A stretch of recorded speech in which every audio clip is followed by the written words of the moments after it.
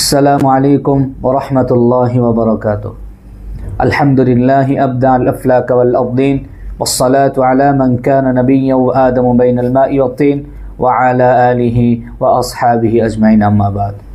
সম্মানিত ইমানদার মুমিন মুসলমান ভাই ও বোনেরা, আজ আমি আপনাদের সামনে ইমানের 9 নম্বর শাখা নিয়ে আলোচনা করব, আর তা হলো যে দোজক আছে, পাপের শাস্তি স্বরূপ দোজক হবে। আল্লাহ তাআলা সূরা আরাফের 41 নম্বর আয়াতে ইরশাদ করছেন, লাহুম মিন জাহান্নামা মিহাদু ওয়া মিন ফাওকিহিম গাওয়াশ। অর্থ, আর তাদের জন্য হবে জাহান্নামের বিছানা, আর উপরে ভাঁজের পর ভাঁজ করা অগ্নির আচ্ছাদন, আর এভাবেই আমি জালিমদেরকে প্রতিফল দিয়ে থাকি। আজ যদি আমি গুনাহ করি, সেই গুনার আঙ্গিকে আমি একজন জালিম।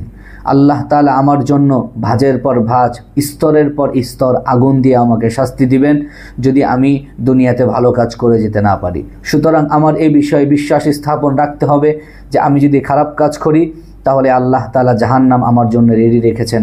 সেই জাহান্নামের আগুনে আমাকে উত্তপ্ত করানো হবে, কারণ জাহান্নামের আগুন বড্ডই বেশি ভয়ঙ্কর, যা সহ্য করার মতো শক্তি আমাদের নেই।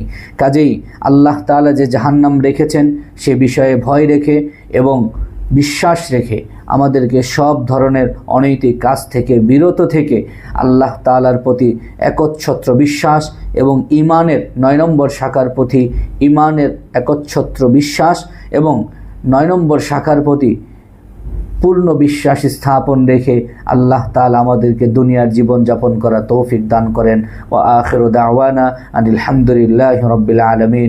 আসসালামু আলাইকুম ওয়া রাহমাতুল্লাহি ওয়া বারাকাতুহু।